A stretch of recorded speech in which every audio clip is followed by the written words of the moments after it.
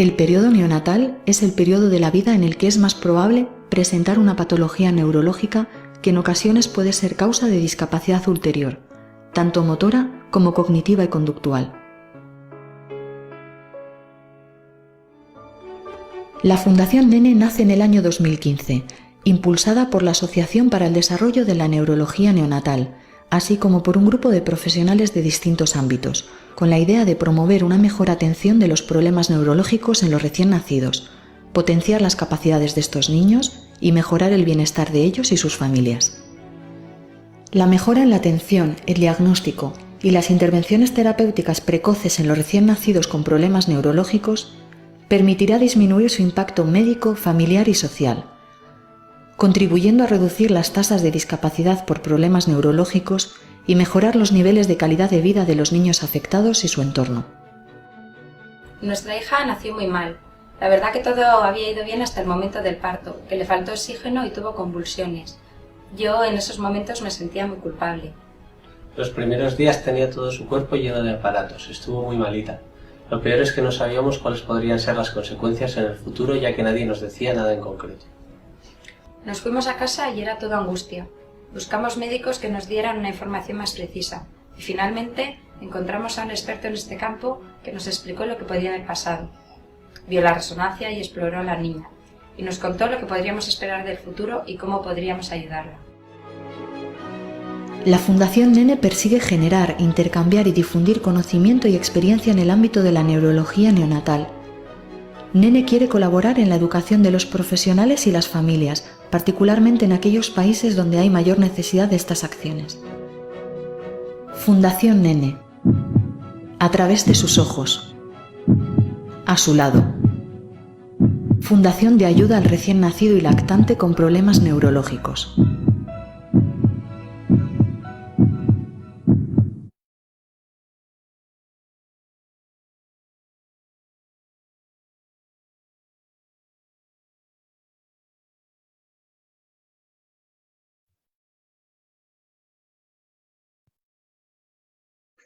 Hola, muy buenas tardes a todos. Desde aquí, desde España. Hoy nos hemos reunido para hacer una sesión un poco más especial, un poco diferente a lo que estamos acostumbrados normalmente. Se trata de conversar y de tener un coloquio, un diálogo sobre la distinta realidad del manejo de la encefalopatía hipopsicoisquémica perinatal en nuestros países. Nada mejor que conocer la situación de cada país para poder valorar lo que tenemos y para poder mejorar aquello en que podemos aumentar la calidad del cuidado que le ofrecemos a nuestros recién nacidos con encefalopatía hipopsicoisquémica. Para ello contamos con un grupo de panelistas de distintas zonas geográficas de Iberoamérica y de España, y nada más se trata de establecer ese coloquio teniendo presente distintas preguntas. Yo moderaré y expondré una serie de cuestiones y ellos entablarán un coloquio sobre cada una de ellas. En primer lugar, vamos a centrar un poco el tema y vamos a hablar sobre la incidencia que tiene la encefalopatía hipopsicoisquémica en cada uno de nuestros países. Ya sabemos que esa incidencia varía mucho de un país a otro, pero no sabemos si disponemos de datos fiables en cada uno de nuestros países y si existe variabilidad incluso dentro de cada uno de nuestros países. Para ello podemos empezar con Juan Fasce. Yo os pediría a cada uno de los panelistas que en la primera intervención os presentarais para que nosotros sepamos vuestro país de origen y así podemos hacernos una idea de la situación en cada zona geográfica. Así que Juan viene de Chile, gran neonatólogo dedicado a la neurología neonatal, y él nos puede exponer cuál es la situación en Chile sobre la incidencia de encefalopatía hipopsicoisquémica. Bueno, un saludo a todos, ¿no es cierto? Buenas tardes a todas las personas que nos están escuchando y a todos los amigos que veo acá.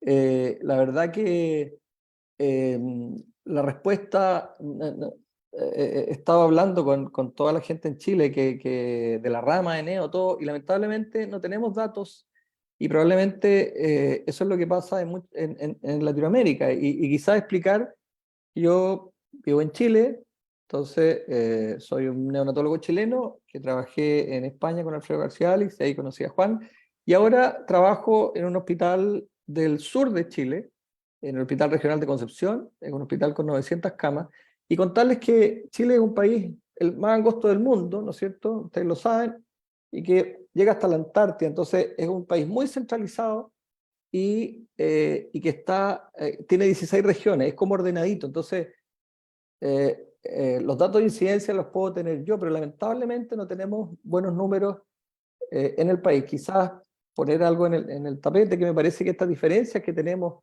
o que desconocemos en Latinoamérica puede deberse a nuestra gran diversidad geográfica. Chile no tiene nada que ver con México, ¿no es cierto? Con vecinos, y en geografía y en política. Nosotros tenemos también problemas políticos que también hacen que esto sea así. Que lamentablemente no te puedo dar un dato, porque si bien no sé muy hipotermia, pero te podría decir lo que vemos en Concepción, y en Concepción tuvimos el año 2020, 16, en nuestra unidad, 16 niños con hipotermia terapéutica, de los cuales 60% eran trasladados. Pero datos nacionales no tengo, eso quería aportar. Sí. Muy bien. ¿Y en Perú, Pilar, disponéis de datos sobre incidencia de encefalopatía, de datos nacionales? Buenas tardes, Simón. Buenas noches por allá. Buenas noches a todos.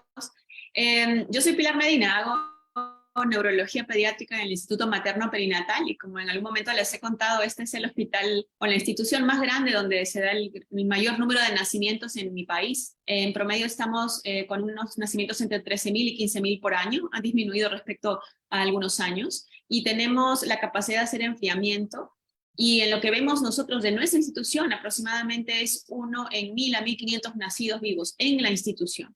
Pero al igual que en la realidad de Chile, en Perú también tenemos este gran problema de que no hay registros de pacientes con encefalopatía hipóxico-isquémica a nivel local, regional o por las zonas. No tenemos esos registros. Entonces, desconocemos los valores, y como comentabas tú, Simón, al inicio, pienso yo que sí hay una gran diferencia en las incidencias. Por ejemplo, en los países, en nuestras regiones de la costa, es posible que haya una incidencia. En la sierra, donde puede haber un menor acceso, puede ser mayor la incidencia, y en la selva, donde también hay un aporte o una atención distinta, a veces de menor nivel especializado, puede ser incluso mayor. Entonces, tenemos una realidad que es parcial, no tenemos este registro que nos permitiría responder la pregunta con mayor precisión. Uh-huh. ¿Y en Colombia, Carolina, podemos hablar de alguna cifra, por lo menos aproximada? Hola Simón, gracias. Buenas tardes y buenas noches a los que están ya de noche. No, tampoco tenemos una situación muy similar. Aquí en Colombia hay ciertas patologías que son de notificación obligatoria, y entre ellas se suponía que estaba la asfixia perinatal, pero nosotros estamos obligados a hacer los diagnósticos con código CIE-10, y para nadie es un secreto que el CIE-10 tiene un mismo código que se puede confundir asfixia con encefalopatía, con recién nacido que convulsiona, y eso hace muy heterogéneo el tema del diagnóstico final y hace que las estadísticas sean casi que imposibles. Nosotros desafortunadamente somos un país exageradamente heterogéneo en el acceso a los servicios. En las grandes ciudades estamos bastante bien, pero las grandes ciudades son menos del 20% del territorio. Entonces, no, realmente unas estadísticas confiables, no. Conozco las estadísticas del centro donde yo trabajo, pero es un centro que es muy alejado de la realidad general, porque es un centro de alta complejidad, donde tenemos toda la tecnología, donde pues se hacen las cosas como en un mundo muy ideal, pero esa no es la realidad de mi país. Entonces, no, desconocemos por completo nuestra incidencia. Muy bien, eso es lo que se trata, no solamente de que hablemos de lo que hacemos en nuestro centro, sino que ampliemos un poco el foco a lo que es la realidad de cada uno de nuestros países. Y en el tuyo, Fernando, como conocemos, tenemos cifras. Hola, buenas tardes. Fernando Silvera desde Montevideo, Uruguay. Un gusto saludarlos. Tampoco tenemos cifras a nivel del país. Nosotros somos un país muy chiquito, tenemos 3,5 millones de habitantes y aún así no tenemos montaña, no tenemos selva, no tenemos, pero sin embargo no tenemos tampoco cifras que hablen de lo que podamos transmitir de encefalopatía hipóxico-isquémica. Tal vez lo más aproximado sea si cierto, incluso para esta charla yo hice una encuesta con mis colegas en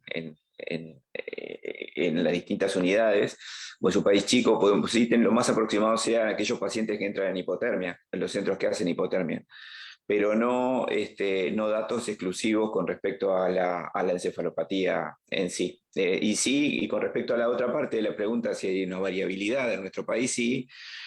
Fíjense que nosotros somos 3,5 millones más o menos, de la cual la mitad están en la capital del país, que está bien al sur. El resto, el otro 1,5 millones, está distribuido en todo el resto del país. Y hay una heterogeneidad clara en cuanto al diagnóstico y sobre todo al tratamiento, que es lo que tenemos más referencia en cuanto a esto, en cuanto a la capital, que es Montevideo, y el resto del país. Yo trabajo en una unidad es la unidad que tiene mayor número de nacimientos de todo el país, tiene 5.800, alrededor de 6.000 nacimientos anuales, y claro, coincido con los colegas que dijeron, aquí tenemos un centro de alta especialización donde contamos con todos los recursos, pero no es la realidad del resto del país para nada. Nuestra unidad pertenece al sector público, tampoco es la realidad del sector privado, es decir, la medicina privada de este país. Así que las respuestas son que no tenemos datos y que tenemos una enorme variabilidad en el resto del país. Muy bien, gracias Fernando. ¿Y en Argentina, María Victoria, cómo es la situación?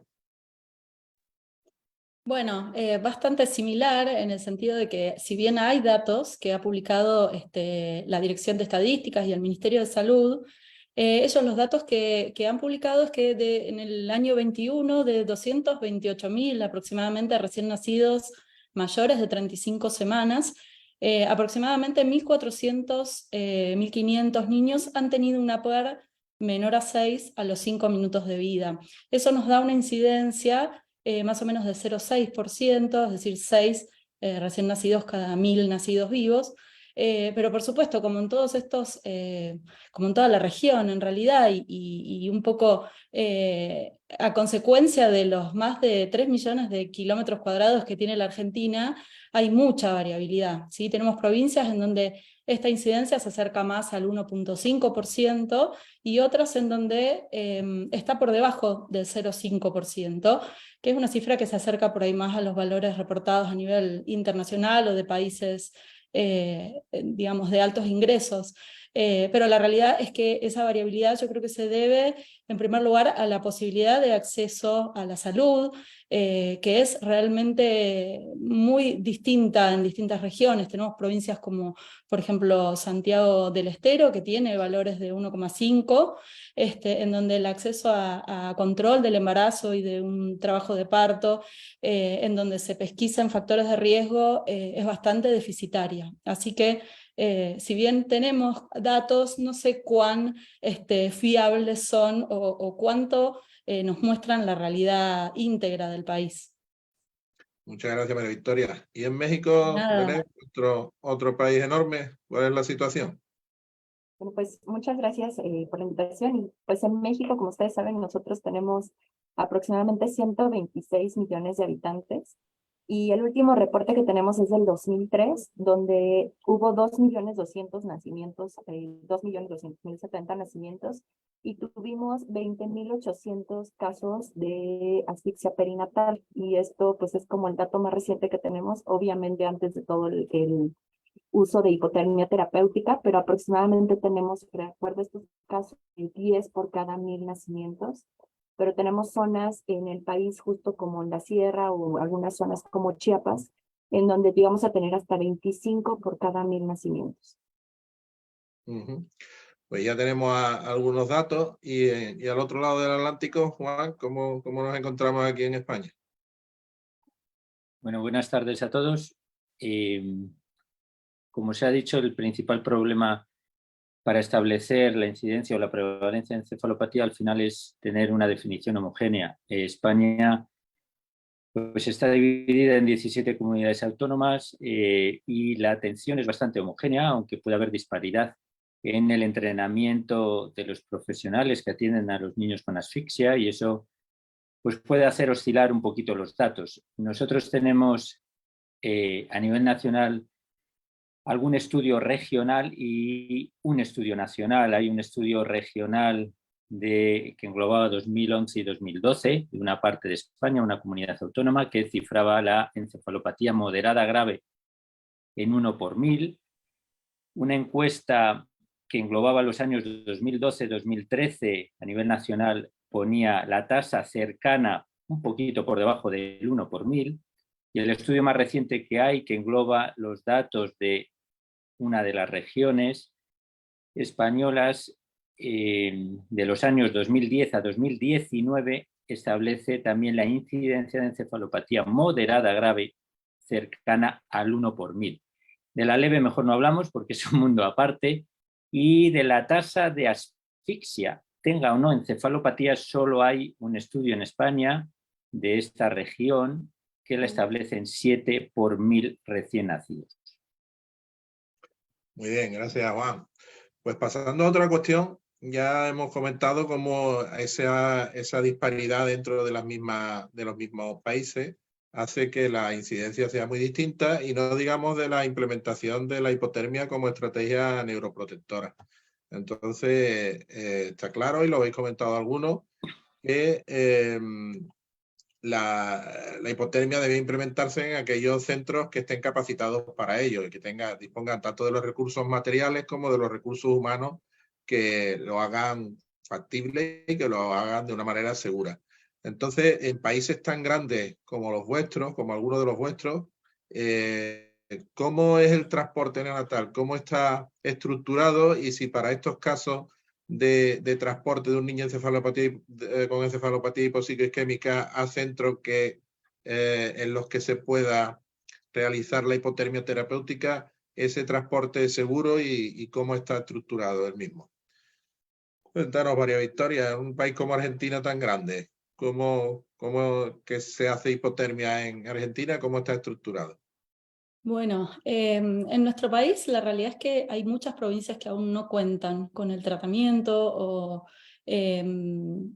tienen más dificultad en el acceso a los centros en donde sí pueden realizar el tratamiento. Sí, dentro de lo que es el comité, hay un grupo de trabajo de encefalopatía neonatal dentro del Comité de Estudios Fetoneonatales de la Sociedad Argentina de Pediatría, que se dedica al estudio de toda esta problemática y ha elaborado guías que, digamos, lo que hacen un poco es ordenar el traslado y algoritmos diagnósticos y de manejo inicial y de categorización sobre todo, que lo que recomiendan es que obviamente el traslado sea por un equipo de alta complejidad, con monitorización constante y sobre todo servocontrol de la temperatura del recién nacido.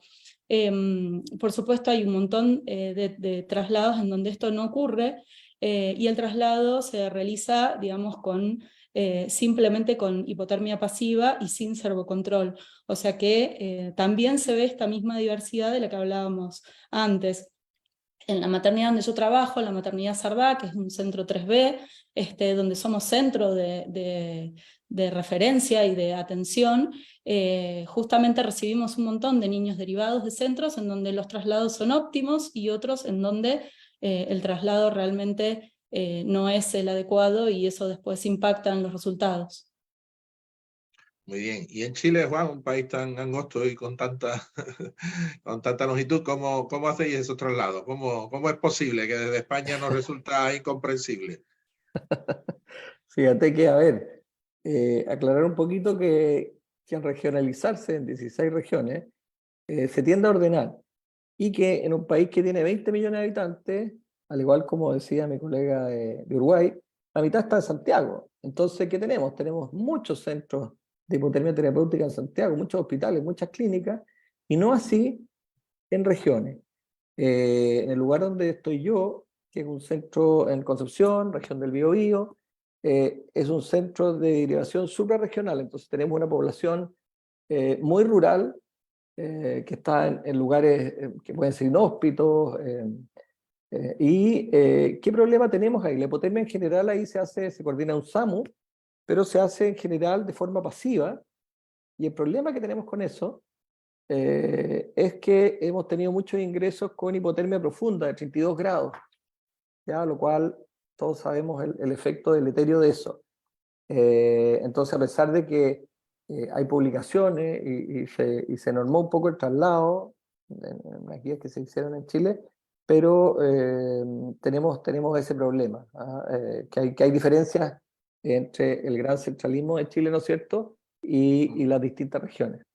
Muy bien. Y en Perú, Pilar, como que también sucede lo mismo, que me imagino que habrá una gran concentración de población alrededor de Lima, ¿cómo tenéis establecido ahí programas de traslado? Bueno, la primera cuestión que debemos mencionar en Perú es que el único centro que está ofreciendo hipotermia terapéutica es el Instituto Materno Perinatal. Otros centros están ofreciendo hipotermia artesanal y algunos centros privados lo hacen en Lima, pero no tenemos centros que estén haciendo hipotermia fuera de Lima. Y incluso para nosotros, la recepción de los niños que pueden ser enviados de centros cercanos es muy complicada porque está a cargo del propio centro que envía al niño. No hay un equipo especial, por ejemplo, que vaya a recogerlo para irle iniciando hipotermia pasiva en el traslado, ir vigilando la hemodinamia, ir vigilando otros factores. Entonces, uno de los problemas que tenemos es, creo que compartimos esto, que los niños no llegan en la condición ideal. Llegan inestables, llegan a veces con un enfriamiento mayor del que se espera, a veces no llegan ni siquiera con hipotermia iniciada, entonces es muy heterogéneo el transporte de estos niños, y de hecho el hecho que nazcan fuera de la institución es un factor de riesgo para que las cosas no nos vayan bien, y se entiende por qué, ¿no? Entonces aquí nos falta muchísimo a nosotros en lo que se refiere a enfriamiento terapéutico y a transporte. ¿Y en Colombia, Carolina? Bueno, nosotros, nuevamente, el panorama es muy heterogéneo. Hace unos años se viene trabajando muy fuerte desde la Asociación Colombiana de Neonatología en la educación a todos los neonatólogos que salen nuevos, e incluso se ha venido permeando en la Sociedad Colombiana de Pediatría incluir talleres de transporte neonatal de forma repetitiva en los congresos, en los simposios, y hace parte de un tema principal en los sitios donde se está formando personal médico. Por lo general son niños que si se envían de un lugar a otro, de centros alejados a centros de remisión o de recepción, por lo general puede haber una comunicación directa entre el centro que lo va a enviar y el neonatólogo que lo va a recibir para que se les dé algún tipo de orientación sobre cómo se debe remitir el paciente. Pero aquí tenemos dos grandes problemas. El primero es que nuestro país está atravesado por 3 cordilleras que hace que el transporte terrestre sea muy difícil, a pesar de que las distancias son cortas, el tiempo es muy prolongado porque no tenemos carreteras rectas. Entonces hace que muchos niños nunca sean enviados porque sabemos que la cuenta del tiempo no les va a dar para llegar en ventana. Y la otra dificultad que tenemos es que hay una desarticulación total entre los sistemas de transporte de un lugar a otro y los sistemas que reciben a los pacientes, porque son entidades privadas o entidades contratadas por la aseguradora del paciente para que haga el transporte del paciente, pero ellos no responden ni al centro que lo envía ni al centro que lo recibe. Entonces dependemos mucho de que estas personas de APH, de atención prehospitalaria, estén formadas en el código AIS o cómo se debe transportar este paciente. Entonces los centros en general que están haciendo hipotermia, creo que la formación en transporte es bastante buena. Y si los muchachos salen de la escuela de medicina de los últimos 10 años, tienen un conocimiento muy bueno, pero todo el personal de atención prehospitalaria está apenas en ese proceso de formación. Entonces también nos llega de todo, niños muy bien remitidos o niños pésimamente remitidos, o lo que nosotros llamamos el paseo de la muerte. Llegan de un pueblo muy lejano a un hospital donde no hay hipotermia, ese hospital lo mandan al otro, ahí tampoco hay hipotermia, de al otro, ahí tampoco, y cuando llegan al cuarto o quinto hospital donde sí la había, ya van 12, 13, 15 horas de transporte y el niño sale de la ventana. Juan quería comentar algo. Sí, Sí, o sea, claro, podéis intervenir como veáis. Ya, es que me impresiona mucho. Estamos hablando acá con vecinos. Yo conozco el centro donde está Pilar y es fantástico, o sea, la cantidad de pacientes que ella ve y que ella, que ella las ve y le hace ecografía, impresionante cómo trabaja Pilar. Pero me impresiona y también escuchar a Carolina, que en el fondo en el 2023 no tengamos en Latinoamérica equipos de hipotermia, que me diga hay hipotermia artesanal, o sea, ¿qué es esto? Porque, a ver, no estamos hablando de, esto no es el África subsahariana, es Perú. Por favor. Entonces, igual es como fuerte escuchar esto en esta época, digamos, porque los equipos de hipotermia terapéutica no son caros. Y obviamente que si tú lo haces artesanal es más variable. Entonces, preguntarle, no sé, Pilar, Carolina, no sé si es pero me impresionó mucho lo que dice Pilar.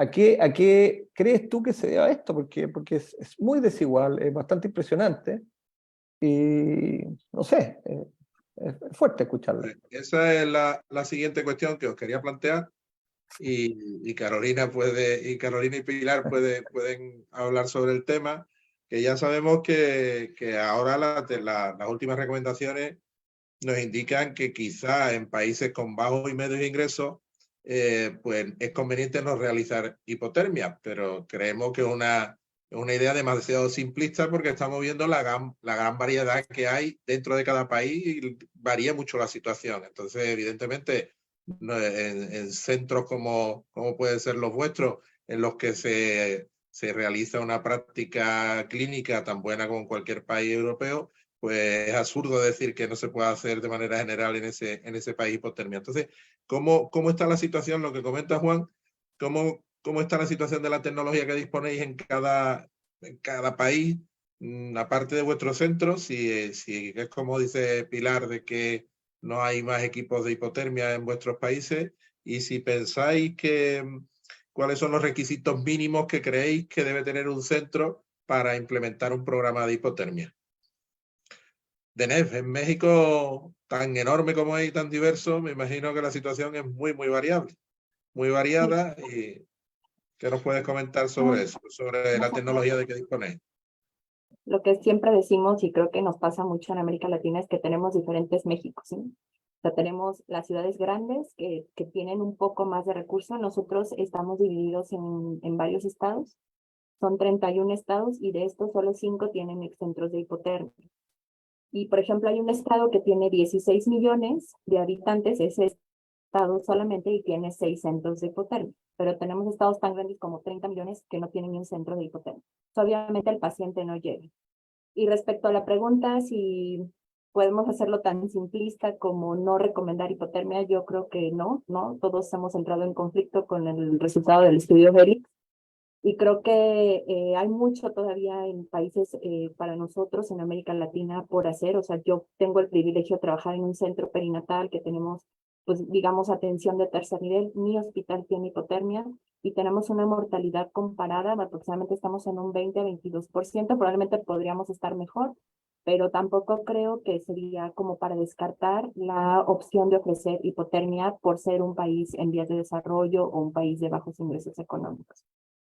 En Carolina, Fernando, ¿cuál es la situación en vuestro país?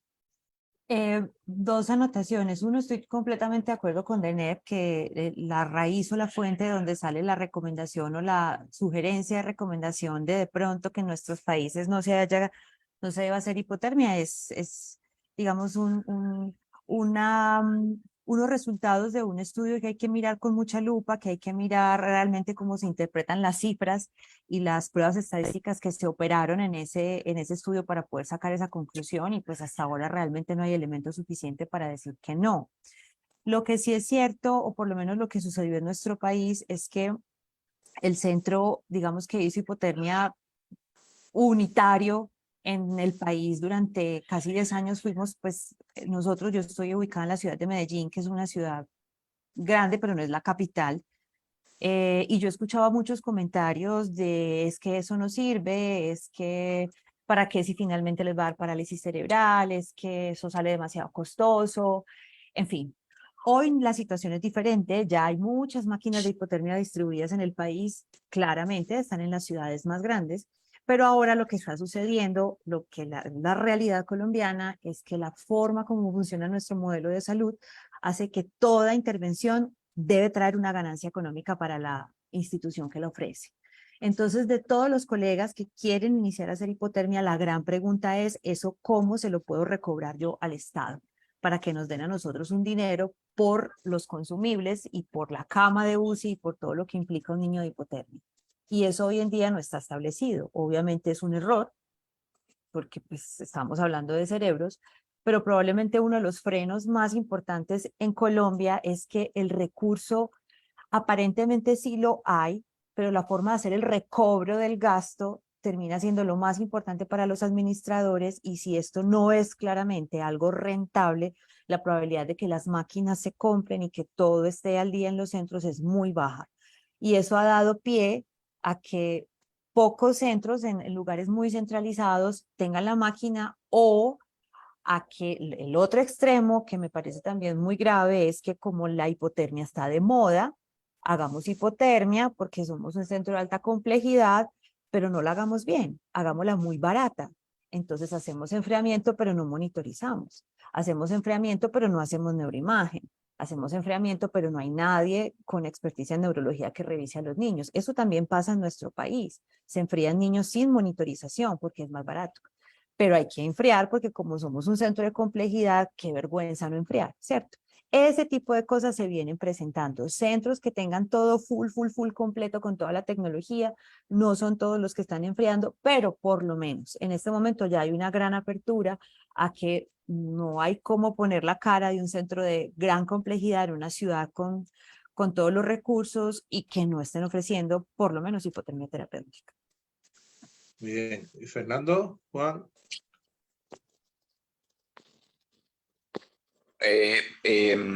Nosotros tenemos una realidad bastante similar. El sistema de traslado, el sistema de traslado nuestro es deficitario también, sobre todo desde el punto de vista de la formación de quienes trasladan, tanto el equipo médico como el equipo como la parte de enfermería. Tenemos limitaciones en ese sentido. Limitaciones muy importantes, lo cual hacen que si la indicación si el paciente tiene indicación de enfriarse, ponga al paciente, muchas veces pone al paciente en riesgo. La mayoría son médicos que nosotros llamamos generales, es decir, que recién que no tienen especialización, y eso hace, al igual que la enfermería, y eso hace que desconozcan no solo la terapéutica, la terapia, sino que desconocen también los controles y los riesgos y los efectos adversos que pueda tener. Y ahora cuando recién mencionaban el de llevar el paciente de un centro a otro, con lo que aumenta los riesgos y obviamente el riesgo de lesión, a nosotros no nos pasa eso de un centro a otro, pero sí estoy seguro que nosotros muchas veces aumentamos el riesgo de lesión en el paciente cuando lo sometemos a esta terapia en el traslados. 100% traslados, los traslados que se puedan realizar en hipotermia son con hipotermia pasiva, es decir, privándole de calor al paciente y en alguna oportunidad colocándole hielo o colocando sistemas de enfriamiento caseros para trasladarlo, lo cual esto es mucho menos frecuente. En Uruguay tenemos 24 centros asistenciales de cuidados intensivos, de los cuales 16 han reportado, en el año 2022 reportaron colocar pacientes en hipotermia terapéutica, y de esos 16, solo 6 tienen equipamiento, tienen posibilidades de hacer hipotermia mediante servocontrol, hipotermia controlada. El resto lo han hecho de manera artesanal.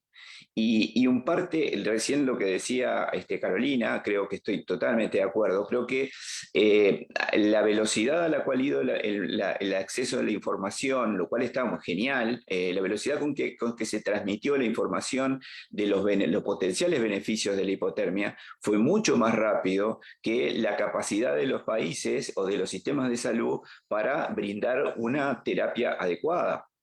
Yo creo que, no me quiero extender, pero yo creo que nosotros primero debemos pensar si estamos a la altura de los grupos de control de los grandes estudios de hipotermia terapéutica, más que del grupo de intervención. Estoy seguro que en muchos de nuestros países, nuestros lugares, no tenemos las condiciones adecuadas para hacer hipotermia, a las cuales debemos sin duda tratar de lograr de establecerlas.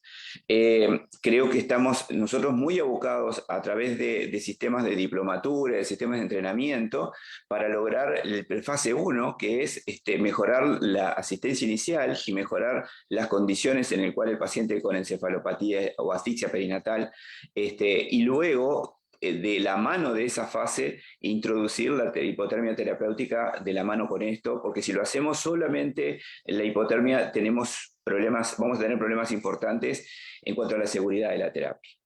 Y con respecto a, por ahí un poco con respecto a lo que tenía para agregar, de nosotros somos un país que estamos catalogados últimamente, ahora estuve buscando para esta presentación, pues pasamos a ser catalogados como el Banco Mundial como de altos ingresos económicos.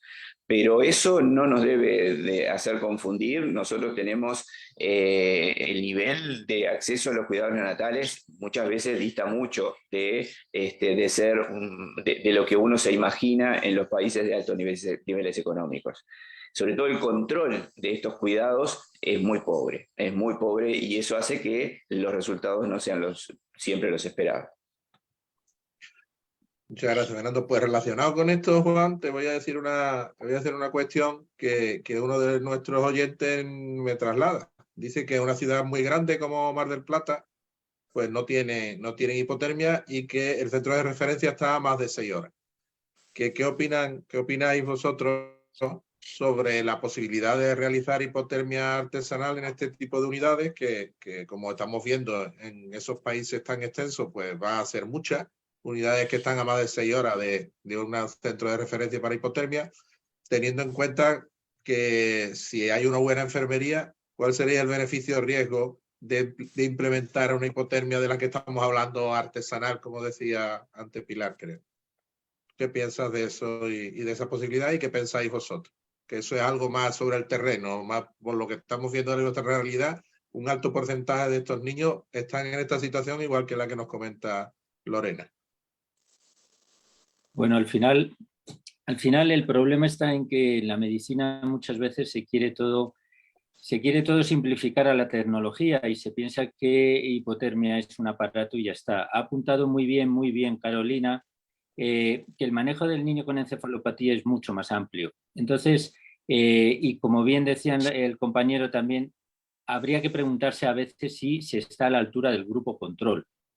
Yo creo que la clave no es tanto si un país puede hacer o no hipotermia de forma pasiva, de forma artesanal, o un centro lo puede hacer o no. Probablemente ahí hay que ir a los estándares de alta calidad, como ocurriría en adultos. Nadie se plantearía en adultos hacer una hipotermia pasiva, probablemente, ¿no? Entonces, ¿por qué los neonatólogos no exigimos la alta calidad a nuestros pacientes con los dispositivos que son necesarios? Pero más allá de eso, creo que la clave es una muy buena coordinación con programas explícitos de entrenamiento. Cuando en España se inició la hipotermia en 2008 y todos los centros, ya más de 60 centros, tienen hipotermia con aparatos servocontrolados.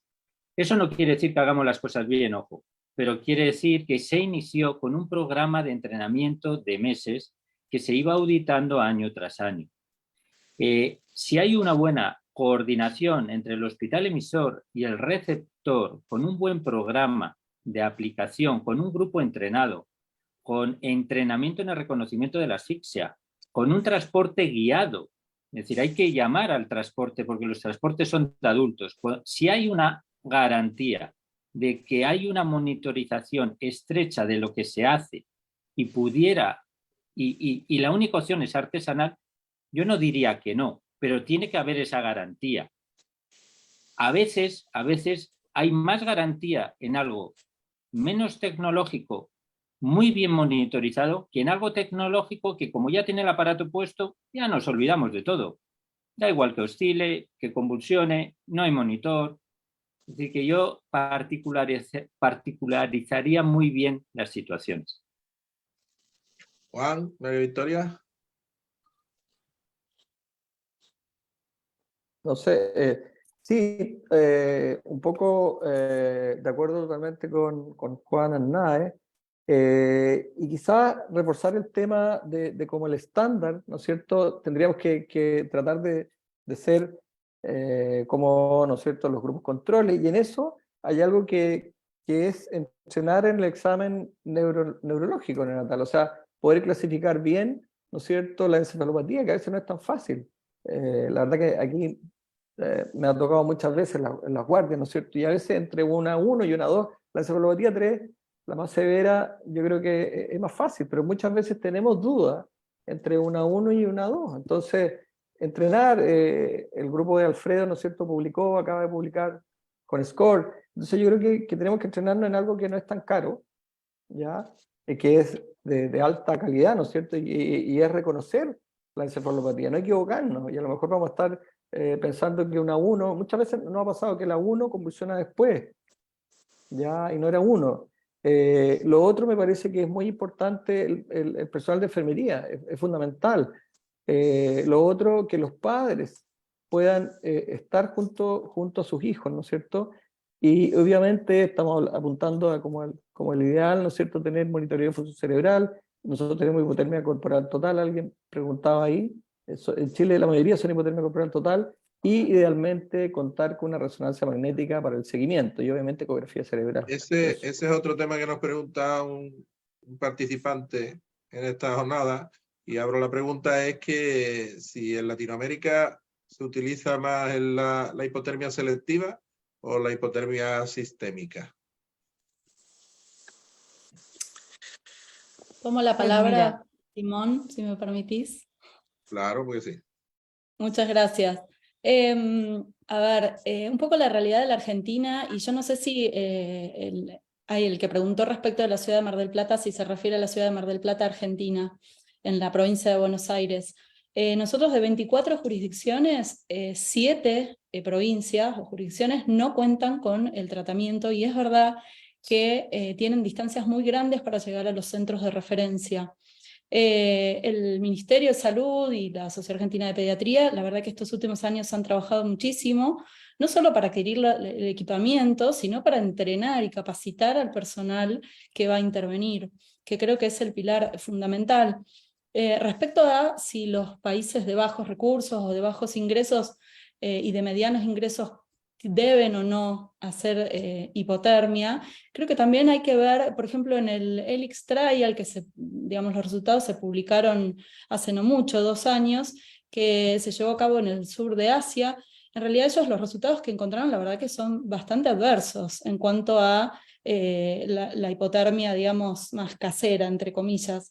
Pero ellos creo que lo que toman, y que creo que es importante y nos involucra un poco, por lo menos a Sudamérica seguro, es cuál es digamos, el origen de esta contraindicación, sino que lo que pone en evidencia ese trial es que si no hay capacitación de la gente, del personal, para realmente llegar a un diagnóstico, muchas veces ingresan en hipotermia niños que no tienen diagnóstico de encefalopatía hipóxico-isquémica, sino que vienen arrastrando daño mucho más temprano. Entonces yo creo que esto lo que nos muestra es que en realidad la hipotermia terapéutica es un eslabón más en la cadena de neuroprotección, ¿sí? Que yo creo que es ahí donde por ahí los países que no tienen tantos recursos tienen que empezar a trabajar, y es en llegar al momento del parto en condiciones como para lograr evitar llegar a la necesidad del tratamiento de hipotermia.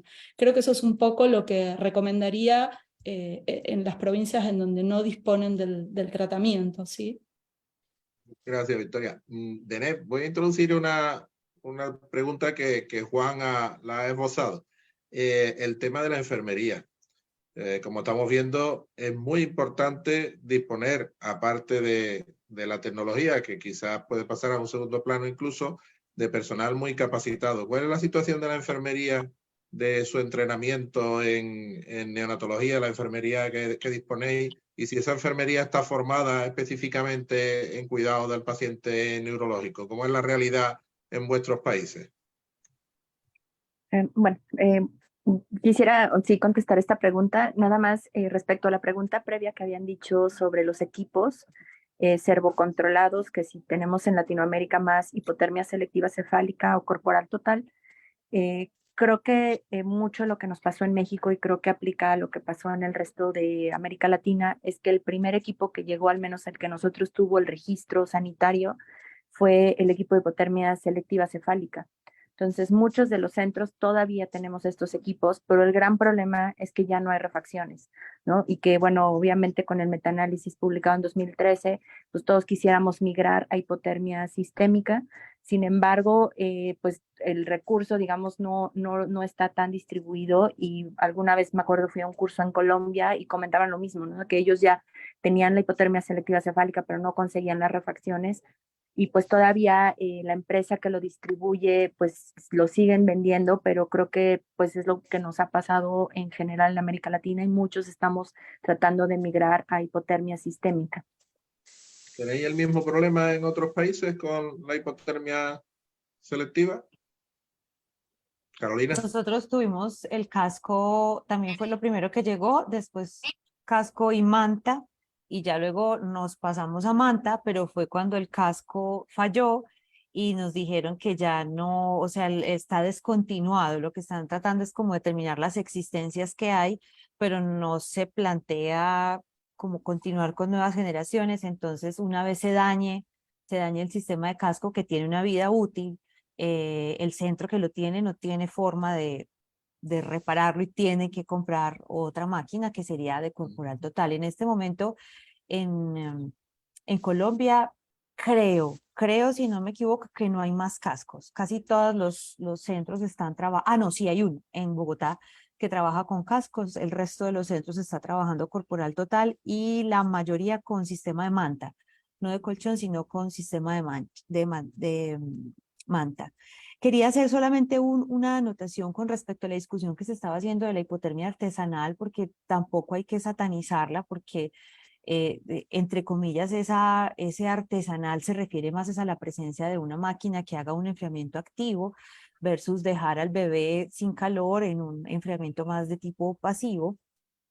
Pero si la razón por la cual un centro decide hacer este tipo de hipotermia es la ausencia de recursos, hay que tener mucho cuidado, porque lo único que no se compra en este tipo de terapias es la máquina de enfriamiento, pero el resto de las cosas tienen que ser muy estrictas. Yo necesito una enfermera cada 15 minutos durante las 72 horas que dura la terapia tomando temperatura.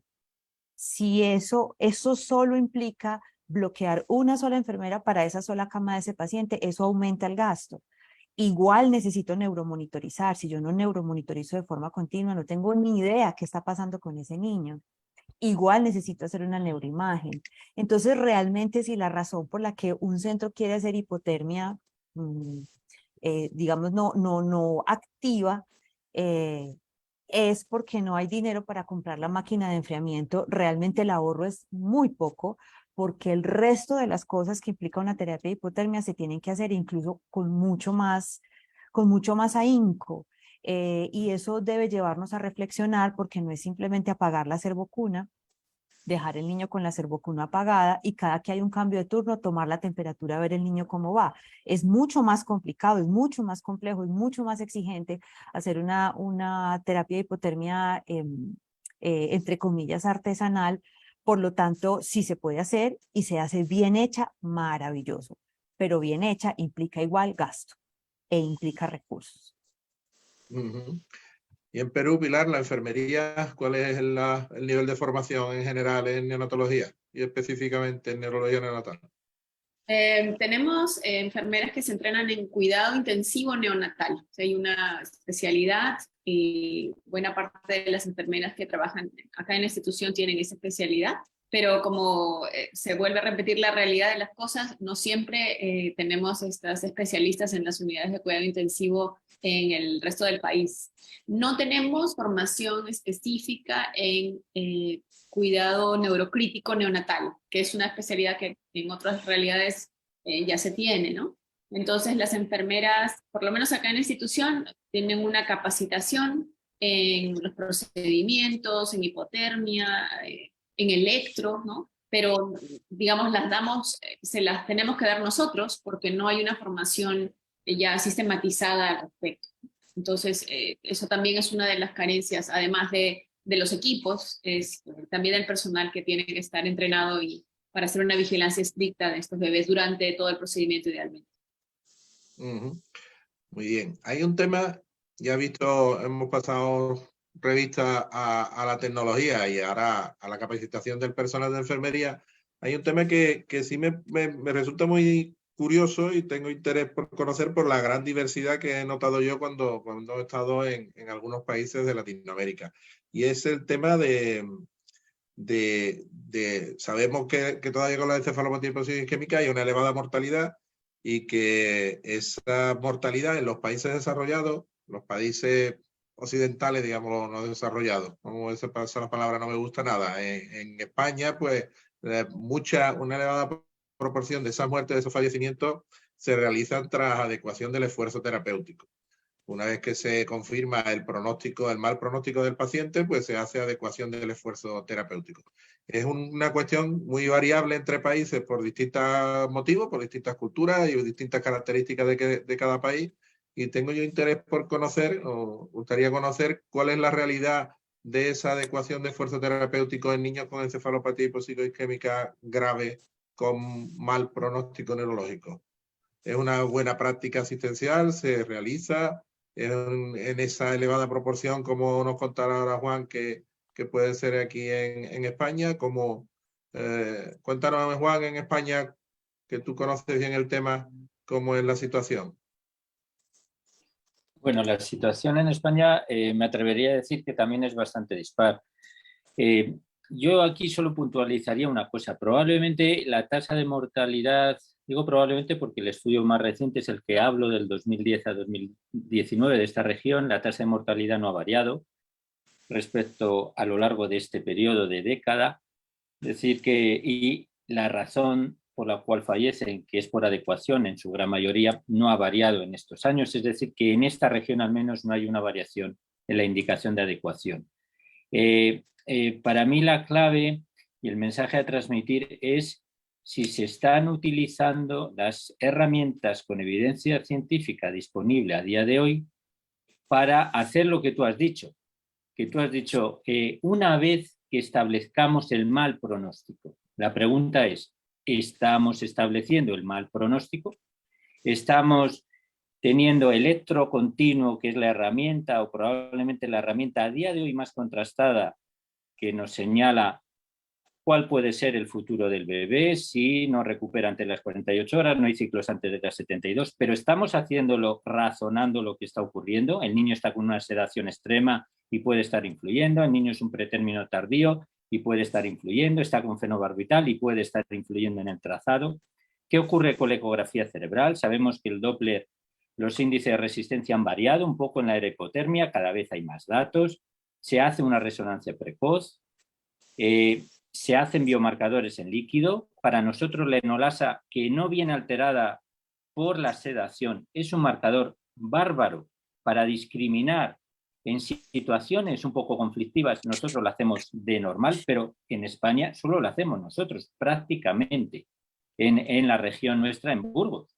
Y alguna ciudad más, a pesar de ya publicar y haber arrastrado, ¿no?, esa corriente. Entonces, estamos utilizando todas las herramientas disponibles para afinar el pronóstico y establecer la indicación de adecuar el esfuerzo con los padres en el periodo ventana, que es entre el tercer y sexto día, probablemente, no más allá, al bebé.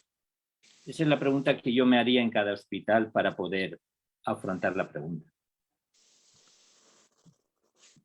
Carolina, en Colombia, ¿cuál es la situación a este aspecto? Bueno, te puedo hablar específicamente de lo que sucede en el hospital donde yo trabajo, que es un hospital universitario de la Pontificia, ¿cierto? Es un hospital de corte religioso católico, donde hay una formación bioética muy, muy fuerte y muy marcada durante toda la formación, pues, del pregrado y el posgrado. Y hay un comité de ética fuerte que influye bastante como en la gestión de la asistencia hospitalaria. Cuando hipotermia inició, a nadie se le ocurría bajar a un niño de la terapia, a nadie, porque era lo único que había. Pero en la medida en la que han venido pasando los años y notamos que hay niños en los que definitivamente, aunque hagamos la terapia full con todas las de la ley, como decimos aquí, el daño ya está hecho una vez ingresan a la terapia y es poco lo que nosotros podemos intervenir, se ha venido planteando cuándo bajar un niño de la máquina, o sea, quitarle la terapia, durante la terapia. Nosotros lo que hemos hecho es básicamente solamente en aquellas condiciones en donde se sospecha muerte cerebral. Es la única condición al día de hoy en la que nos atrevemos a recalentar el paciente, hacer primera valoración de muerte cerebral y cumplir protocolo para valoración de muerte cerebral. Otras circunstancias como un bajo voltaje continuo, un estallido de supresión continuo, un niño que termina la terapia, o sea, antes de terminar la terapia tiene ritmos de muy mal pronóstico, nosotros terminamos la terapia, no la suspendemos. Les repito, la única condición en la que hablamos de la posibilidad de que no termine la terapia es un niño en el que tenemos una sospecha de muerte cerebral, para lo cual hay que recalentar y poder hacer una valoración clínica. Una vez el niño termina la terapia, si tiene muchos marcadores de mal pronóstico neurológico y su evolución va hacia allá, nos pasa mucho, sobre todo con los que hacen hipertensiones pulmonares muy severas, que requieren alta frecuencia, óxido nítrico, que el NIRS es pésimo y que permanece mal durante mucho tiempo. Bueno, digamos cuestiones hemodinámicas también añadidas, infecciones. Nuestra ley en Colombia, hay una ley, digamos, muy específica de ética médica, que establece que la decisión es del personal médico, no de la familia. Es el personal médico quien decide si continuar o no con el esfuerzo. Sin embargo, se hace siempre un trabajo intenso por conversar con la familia y tratar de llegar a un acuerdo. Hasta ahora, pues, grandes problemas éticos y con las familias no hemos tenido. Pero sí se comienza poco a poco a ir mostrando lo que sucede en la institución donde yo trabajo. No se desconectan niños, se limita el esfuerzo, pero no se desconectan. Por múltiples razones de tipo cultural, religioso, por la forma como funciona la clínica. Poco a poco hemos ido ganando más confianza para tomar la decisión en los momentos más apropiados, pero digamos que al día de hoy sí es posible que nosotros desmontemos la terapia en la circunstancia que les expliqué y que hagamos una readecuación del esfuerzo terapéutico. Afortunadamente ya contamos con, pues tenemos un departamento de dolor y cuidado paliativo que nos apoya mucho y una fundación que se llama Milagros de Vida, que apoyan toda la parte social y psicológica a estas familias para ayudarles a ese desprendimiento. Y como en nuestra clínica hay un corte religioso tan fuerte, también nos apoyamos del sacerdote para hacer todo un ritual de bautizo, una despedida pues desde el punto de vista espiritual del niño y lograr hacerlo finalmente con una aceptación de la familia. Pero como hacen en otros lugares, que los que tienen muchos marcadores, sobre todo electroencefalográficos de mal pronóstico, deciden reorientar desde la entrada, nosotros no. Eso no lo hacemos y a todos les ofrecemos la posibilidad de terapia. ¿Es similar la situación o en México, Perú es distinta, Pilar? Yo les puedo contar un poco cómo es acá en el instituto también. Tenemos sí un servicio de cuidado paliativo que nos ayuda, no es en nuestro propio instituto, pero sí un servicio del Instituto de Salud del Niño, al cual hacemos las consultas cuando el caso le corresponde. También, yo creo que hay una cuestión cultural, religiosa, el hecho de desconectar a un bebé no se hace regularmente y la ley aquí lo limita en ese sentido. Pero sí tenemos niños en los cuales podemos establecer un pronóstico muy adverso, ¿no? Por lo menos acá en el instituto tenemos el monitoreo que nos puede indicar la disminución o ausencia completa de la actividad cerebral, el seguimiento con flujometría, neuroimágenes, o sea, tenemos una decisión, digamos, sustentada para tomarla. Lo que ocurre después es una limitación del esfuerzo, más que una suspensión, por ejemplo, de la ventilación o alguna otra medida adicional.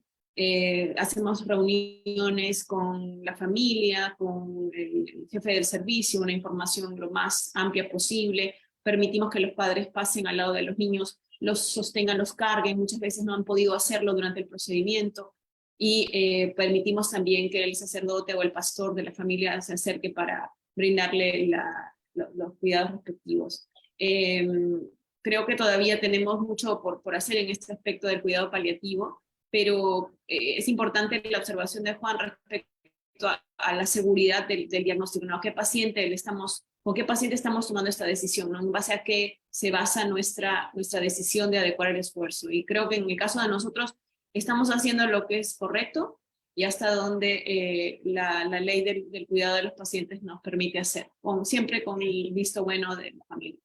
Muy bien. Mira, hay una pregunta de uno de los participantes que nos pregunta, relacionado con esto en parte, es sobre la sedación. Entonces, él pregunta que qué estrategia de sedación aconsejáis.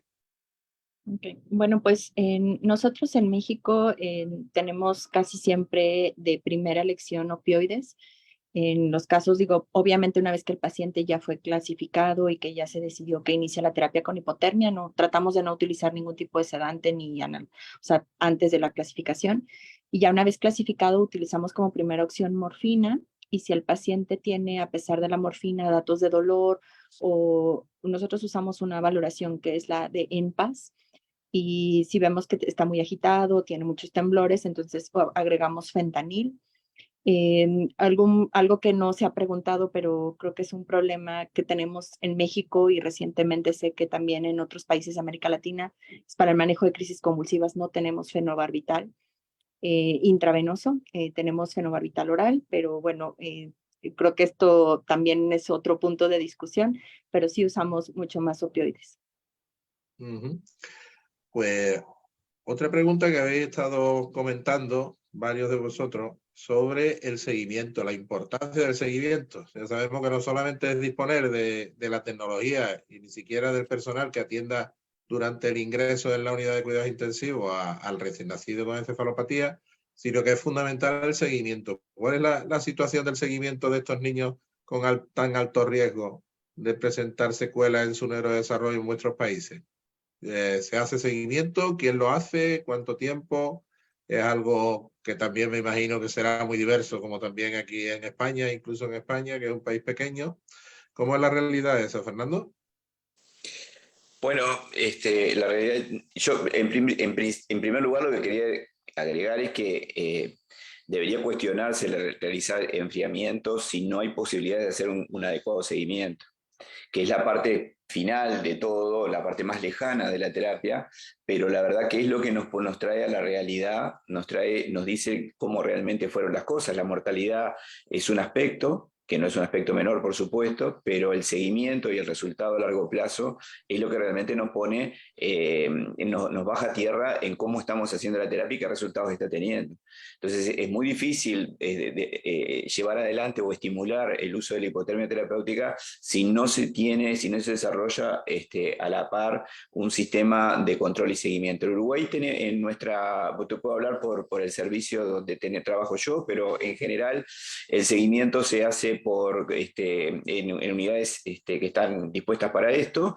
Lo hacen un grupo integrado por varias especialidades, entre ellos los especialistas en neurología pediátrica y neonatal, que son un poco los que van dirigiendo la conducta. Pero a mí me quedan enormes dudas y no hemos podido encontrar datos de esto. Nosotros hicimos un estudio de nuestros pacientes hace muy poquito, qué es lo que pasa más allá de los 2 años de vida. Yo creo que uno podría decir que el seguimiento en nuestras unidades es estamos bastante tranquilos en cuanto a que los pacientes se siguen hasta los 2 años, pero después de los 2 años de vida realmente es un misterio para nosotros de cómo se están siguiendo y controlando este tipo de pacientes.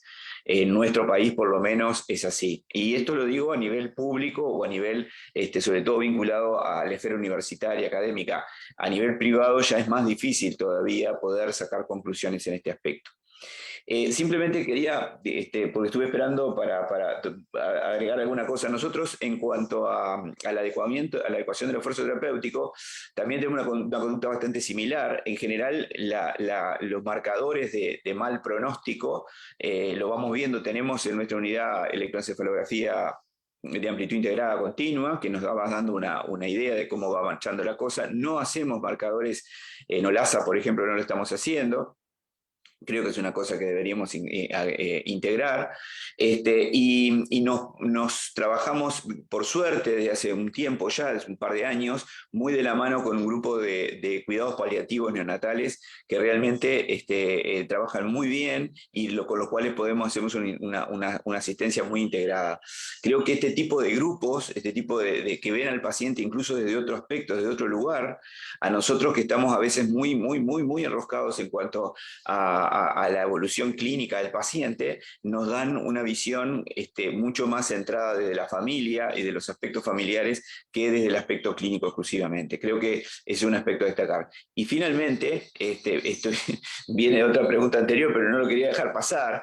Creo que uno de los aspectos, me van a matar, pero creo que uno de los aspectos que puede mejorar el transporte, por lo menos nosotros estamos tratando de hacerlo, no hemos podido en este país que es muy chiquito, me imagino en un país grande, pero que sea el centro receptor que hace y que desarrolla la terapia de hipotermia quien vaya a buscar al paciente. Eso permitiría cortar los plazos, porque sería gente que está entrenada en esta terapia y permitiría cortar los plazos y dar más garantías desde el inicio de la terapia.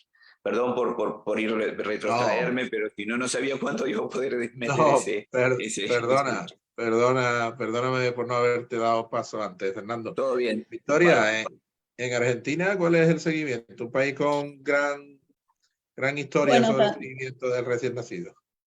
también voy a ir un minutito para atrás. La realidad, Fernando, con Uruguay, la verdad que es bastante parecida. Respecto a la adecuación, también, la verdad que es una práctica que no es muy habitual, y reconozco que en los distintos centros, no sé si todos cuentan con la tecnología como para realmente hacer un diagnóstico de pronóstico que nos facilite un poco tomar la decisión. Creo que es muy importante que los centros que llevan adelante la terapéutica promuevan la creación de comités de bioética clínica, porque creo que son pilares fundamentales. La realidad es que nosotros en las veces que hemos tenido que analizar esta situación, lo hemos hecho siempre, dando mucha información a la familia, que creo que es algo muy importante, y la decisión se toma en conjunto. Incluso tenemos un muy buen equipo de salud mental que siempre da sostén y contención emocional a la familia. Y yendo un poco al seguimiento, en nuestro país se promovió la creación de una red de seguimiento de alto riesgo que también involucra los chicos con encefalopatía hipóxico-isquémica, la realidad es muy diversa en distintos centros. En el centro donde yo trabajo, en la maternidad Sardá, contamos con seguimiento y estamos realizando el seguimiento aproximadamente hasta el inicio escolar. Obviamente tenemos una tasa de deserción bastante generosa, pero intentamos seguir lo más posible. Creo que la gran diversidad en el país se da en el acceso a los interconsultores. Yo creo que el seguimiento clínico de neurología se puede sostener en la mayoría de las provincias, pero cuando ya empezamos a hablar de especialidades más puntuales, como es la neuroortopedia, por ejemplo, para los niños que tienen parálisis cerebral, ahí ya se dificulta mucho. Y también la otra diversidad, digamos, es respecto de qué evaluaciones del neurodesarrollo tomamos, implementamos, y yo creo que eso cada centro es como que elige en función de cuál es la capacitación que tienen, y en función de su población y sus capacidades eligen la herramienta que van a utilizar.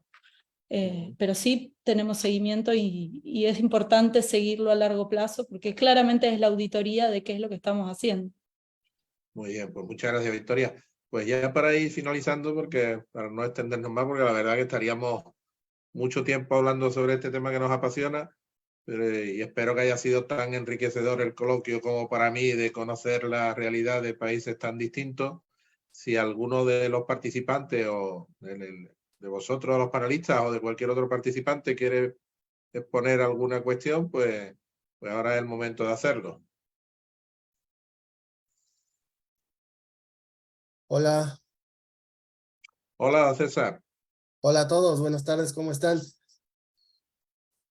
Pues la verdad es Muy que bien, fue César. muy interesante escucharlos a todos, pero quisiera culminar con un comentario acerca de la encuesta nacional de neuroprotección neonatal que hicieron entre el año 2019 y 2020 el doctor Víctor Villagrán y el doctor Javier Lara, tratando de contestar un poquito esas preguntas que no tienen respuesta en nuestros países, que es una encuesta que está basada en la encuesta que hizo Fundación N en España, y más o menos para contextualizar y aterrizar un poquito lo que pasa en México. Esto es en México, ¿no? Reforzando lo que dijo Ened, se hizo una encuesta, esta encuesta en 23 estados, incluyó 75 hospitales, 61 públicos, el 81%, y 14 privados, el 19%, de los cuales solo 18 hospitales tenían hipotermia, es decir, 24%. De estos, 10 eran públicos, 8 privados. Me llamó la atención la incidencia. En el hospital público tenemos una incidencia de 7.5 por cada 1000 nacidos vivos. Me llamó mucho la atención lo que se reportó, o lo que reporta el Hospital Público de Perú, que se me hace muy bajo, porque esto de 1.5 por cada 1000 se obtuvo en el hospital privado, que como lo dijo Deneb, el México o la atención médica del hospital privado es diferente del hospital público en cuanto a recursos. Finalmente, creo que la cuestión más reveladora es que de diagnósticos, niños con diagnóstico de encefalopatía, asfixia, como tenemos ahí esta mezcla que se confunde en el CIE-10, fueron 3.307 niños en estos 75 hospitales, de los cuales solo recibieron atención 153, es decir, el 4.6%. Que eso nos pone y nos aterriza en la realidad. Creo que estamos en general en Latinoamérica, la falta de equipamiento. Otra cosa muy importante que reveló esta encuesta es lo que estamos diciendo, ¿no? A lo mejor no todo depende de la tecnología. Entonces, si no depende de la tecnología, ¿cuántos tenían un protocolo escrito? ¿Cuántos tenían que hacer durante el procedimiento de neuroprotección? Solo el 43% de estos hospitales. Y finalmente, el seguimiento solo lo tuvieron 7% de los hospitales. Y bueno, y estos resultados no se han publicado. Yo pedí autorización para mencionarlos en esta ocasión y estamos trabajando en obtener más información a través de esta encuesta. Pero bueno, creo que finalizar también con otra cuestión creo que el que no habla, Dios no lo escucha. Entonces, como dijimos, tenemos que solicitar más recursos. Nosotros lo intentamos como neurólogos pediatras a través del Senado. En 2019 intentamos hacer una iniciativa que creo que si lo hacemos neurólogos con neonatólogos, nos van a escuchar más nuestros países, porque en nuestros países el tratamiento de la encefalopatía hipoxia-isquémica sigue siendo considerada un lujo, no una necesidad. Finalmente. Ya sería todo. Muchas gracias, César. Yo creo que es verdad que una de las conclusiones que hemos sacado de este coloquio que hemos tenido hoy es la necesidad de hacer ese tipo de estudios para ver la realidad de cada uno de nuestros países con el fin de saber dónde estamos y de saber qué tenemos que hacer para mejorar. Así que muchas gracias. ¿Queréis comentar algo antes de despedirnos? Simón. Sí, ¿queréis comentar algo? Simón, ¿puedo? Corto. Sí, claro que sí, perdona. Claro insistir en algo que lo mencioné y que es enseñar, ¿no es cierto? Y hacer talleres de examen neurológico, de examen de neuroneo, ¿no es cierto? Para poder tener buena clasificación. Yo creo que los grandes trabajos, ¿no es cierto? Y eso tenemos que entrenarnos en poder, ya sea la escala Sarnau, ya sea la escala nueva de Alfredo, ¿no es cierto? Porque nos va a discernir bien entre una encefalopatía 1 y una encefalopatía 2, donde en general a veces hay diferencias. Y segundo, el tema de la enfermería. El tema de la enfermería es fundamental y ahí también resaltar algo que es el cuidado centrado en la familia, que es poder incorporar a los padres, ¿no es cierto?, en el cuidado de estos niños, ¿ya? Y eso, porque se ha visto que hay mejoría. Eso, solamente eso. Muy bien, pues buenas noches desde aquí, desde España. Espero que haya sido tan gratificante y tan enriquecedor para todos vosotros como para mí. y nos despedimos hasta la buenas noches de España y buenas tardes desde allí, desde Latinoamérica. Un saludo. Muchas gracias. Saludos. Gracias, Muchas hasta luego. gracias. Gracias. Chao, chao.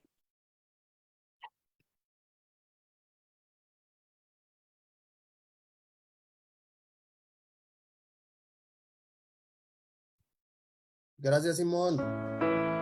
Gracias a ti, César. El periodo neonatal es el periodo de la vida en el que es más probable presentar una patología neurológica que en ocasiones puede ser causa de discapacidad ulterior, tanto motora como cognitiva y conductual.